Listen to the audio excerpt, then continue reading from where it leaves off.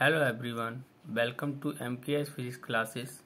हम डिस्कस कर रहे थे नीट प्रीवियस ईयर क्वेश्चंस जो हम चैप्टर वाइज सॉल्व कर रहे थे। तो हमने नीट फिजिक्स में SHM के काफ़ी सारे प्रीवियस ईयर के क्वेश्चन सॉल्व किए थे।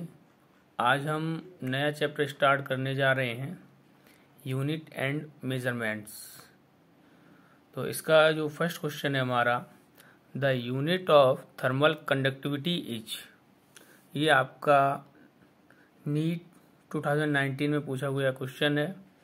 तो इसमें हमें थर्मल कंडक्टिविटी की यूनिट बतानी है। फर्स्ट ऑप्शन है हमारा watt, metre inverse, K inverse. Second option है joule, metre, kelvin inverse. C है joule, metre inverse, kelvin inverse. और डी है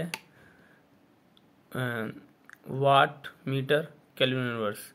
तो हमारा जो फॉर्मूला होता है वो heat is equal to K A delta theta T upon L. Q क्या चीज़ है? Heat.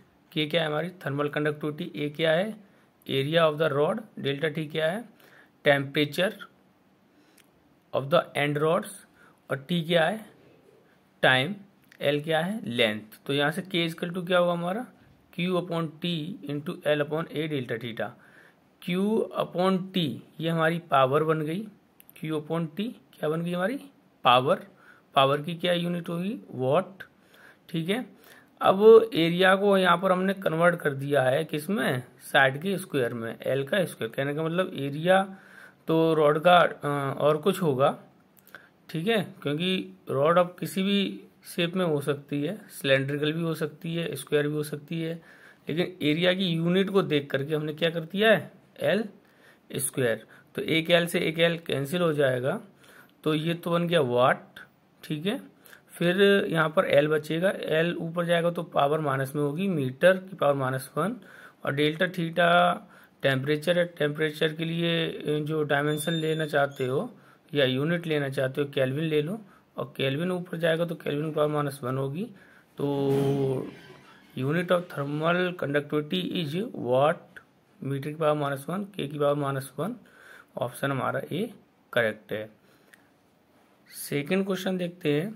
The damping force on a oscillator is directly proportional to the velocity. The unit of constant of proportional are. एक damping force है oscillator का जो directly proportional है किसके? Velocity के। तो हमें ये फाइंड करना है कि जो इस रिलेशन में जो कांस्टेंट है तो उसकी यूनिट क्या है। फर्स्ट ऑप्शन है हमारा केजी, मीटर, सेकेंड की पावर -1 या इनवर्स भी बोल सकते हैं। सेकेंड ऑप्शन है केजी मीटर सेकेंड की पावर -2। और थर्ड ऑप्शन है केजी सेकेंड की पावर -1। और डी ऑप्शन है केजी सेकेंड। तो डैम्पिंग फोर्स क्वेश्चन में क्या बोल रखा है? जो डैम्पिंग फोर्स है वो डायरेक्टली प्रोपोर्शनल है वेलोसिटी के। तो एफ प्रोपोर्शनल वी। जब प्रोपोर्शनल हटाएंगे कोई कांस्टेंट आएगा, इसी कांस्टेंट की हमें यूनिट फाइंड करनी है। तो यहाँ से के इक्वल टू क्या होगा? F upon we. एफ क्या है? फोर्स। तो फोर्स क्या होता है? Mass into acceleration. मास की यूनिट क्या होगी? केजी। और एक्सीलरेशन की यूनिट क्या होगी? मीटर पर सेकंड स्क्वायर। अपॉन वी क्या है? वेलोसिटी। वेलोसिटी क्या होगी? मीटर पर सेकंड। तो यहाँ से आपको मीटर से मीटर कैंसिल हो जाएगा, एक सेकंड से एक सेकंड कैंसिल हो जाएगा। तो हमारा क्या बचेगा? केजी सेकंड की पावर -1। तो हमारा कौन सा ऑप्शन करेक्ट है? C option is correct. देखिए क्वेश्चन के सामने ईयर लिखी हुई है जिस ईयर में ये क्वेश्चन पूछे गए हैं। थर्ड क्वेश्चन पर आते हैं। थर्ड क्वेश्चन क्या है हमारा? The unit of permittivity of free space epsilon not is. तो हमें परमिटिविटी ऑफ फ्री स्पेस की यूनिट फाइंड करनी है। फर्स्ट ऑप्शन है कूलाम पर न्यूटन मीटर। सेकंड ऑप्शन है न्यूटन मीटर स्क्वायर पर कूलाम स्क्वायर। थर्ड ऑप्शन है कूलाम स्क्वायर पर न्यूटन मीटर स्क्वायर। और फोर्थ ऑप्शन है कूलाम स्क्वायर पर न्यूटन मीटर का होल स्क्वायर। तो एप्सिलॉन नॉट जो रिलेशन है वो किस में आता है हमारा? हमारा आता है चार्ज में, इलेक्ट्रोस्टैटिक फोर्स में। तो electrostatic force F equal to क्या होता है? 1/4 pi epsilon nought Q1 Q2 upon R square.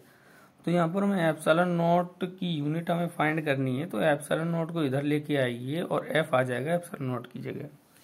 तो यहाँ से जो इक्वेशन बनेगी एप्सिलॉन नॉट इक्वल की क्या बनेगी, 1/4πf into Q1 Q2 upon R square. Q1 Q2 are charge, तो चार्ज की यूनिट क्या होगी कूलम, और कूलम इंटू कूलम क्या होगा कूलम स्क्वायर, अपॉन 4π कांस्टेंट है, कोई यूनिट नहीं होगी। फोर्स की क्या यूनिट होगी न्यूटन, और आर की क्या होगी मीटर, तो मीटर स्क्वायर। तो यूनिट क्या आ गई कूलम स्क्वायर पर न्यूटन मीटर स्क्वायर, तो कूलम स्क्वायर पर न्यूटन मीटर स्क्वायर। तो कौन सा ऑप्शन हमारा करेक्ट है इसमें देखते हैं, सी कूलम स्क्वायर पर newton metre square, C option is correct. Next fourth question है हमारा, a screw gauge has least count of 0.01 mm and there are 50 divisions in its circular scale. The pitch of the screw gauge is, एक screw gauge है जिसका list count हमें given है 0.01 mm और उसमें जो डिवीजन है वो कितने हैं, सर्कुलर डिवीजन 50 डिवीजन। हमें पिच फाइंड करनी है उसकी। ऑप्शन है, फर्स्ट ऑप्शन ए ऑप्शन है हमारा 0.01 mm, बी ऑप्शन है 0.25 mm, सी ऑप्शन है हमारा 0.5 mm और डी ऑप्शन है हमारा 1.0 mm। 2020 में पूछा गया क्वेश्चन है। तो लीस्ट काउंट के लिए जो फॉर्मूला होता है वो होता है हमारा equal to pitch upon number of division. तो यहाँ से पिच इक्वल टू क्या होगा, least count and number of division. तो लीस्ट काउंट कितना हमारा 0.01 और नंबर ऑफ डिवीजन कितने 50, मल्टीप्लाई करोगे तो हमारा कितना आ जाएगा 0.5 mm। तो कौन सा ऑप्शन हमारा करेक्ट है, सी। नेक्स्ट क्वेश्चन है हमारा, देखिए अब इसमें जो है एक इक्वेशन दे रखी है और उसमें जो गिवन है, ए में जो परसेंटेज एरर गिवन है वो 1% और बी में जो गिवन है 2%, सी में है 3% और डी में है 4%। तो किसी भी परसेंटेज एरर को लिखने का तरीका होता है, जैसे ए में है तो delta A upon A into 100, अगर बी में लिखना चाहते हो तो क्या लिखोगे delta B upon B into 100, C में लिखना चाहते हो तो क्या लिखोगे percentage error delta C upon C into 100, अगर डी में लिखना चाहते हो तो क्या लिखोगे delta D upon D into 100। ठीक है, ऐसे ही अब फॉर्मूला आपको गिवन है X equal to A square B की पावर 1/2 अपॉन सी की पावर 1/3 इंटू डी की पावर 3। तो हमें फाइंड करना है, find the maximum percentage error of X. तो किस तरीके से लिखेंगे इसे, delta X upon X in 100 max equal to question mark.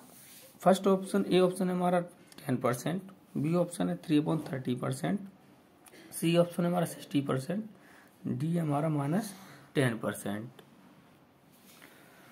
तो यहाँ से देखो x में मैक्सिमम परसेंटेज एरर कैसे लिखोगे, delta X upon X into 100 into max equal to, अब इसको कैसे लिखोगे 2 आगे आएगा और a में क्या लिखोगे delta A upon A into 100।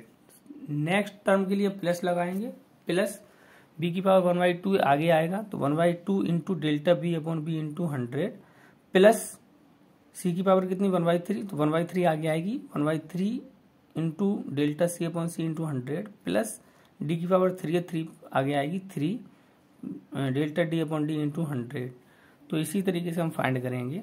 देखो 2 आगे ए में परसेंटेज एरर कितनी है 1 प्लस 1/2 आगे आ गया, बी में कितनी है 2 प्लस 1/3, सी में कितनी है 3 प्लस डी की पावर आगे आएगी 3, डी में परसेंटेज एरर कितनी है 4। जब हम इसको कैलकुलेट करेंगे तो हमारा 16% आ जाएगा। जो ऑप्शन हमारा कौन सा करेक्ट है, C option is correct. Next question है इसमें, if the error in the measurement of radius of the sphere is 2% then the error in the determination of volume of the sphere will be. एक sphere दे रखा है जिसकी radius में 2% error है, तो उसके वैल्यूम में हमें क्या बोलते हैं परसेंटेज एरर फाइंड करनी है। तो ऑप्शन है हमारे पास, ए है 8%, बी है 2%, सी है 4%, डी है 6%। तो हमें रिलेशन देखना होगा वॉल्यूम और एरिया में। तो वॉल्यूम और एरिया में रिलेशन क्या है, v equal to 4/3πr3।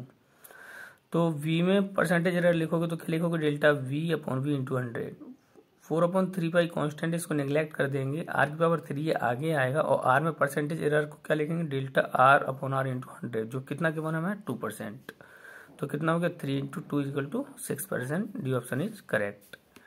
Similarly हमें ये एक रिलेशन दिया गया है, कोई भी ऑब्जेक्ट है जिसका मास में परसेंटेज 3% है और लेंथ में है 2%, तो डेंसिटी में हमें मैक्सिमम परसेंटेज फाइंड करनी है।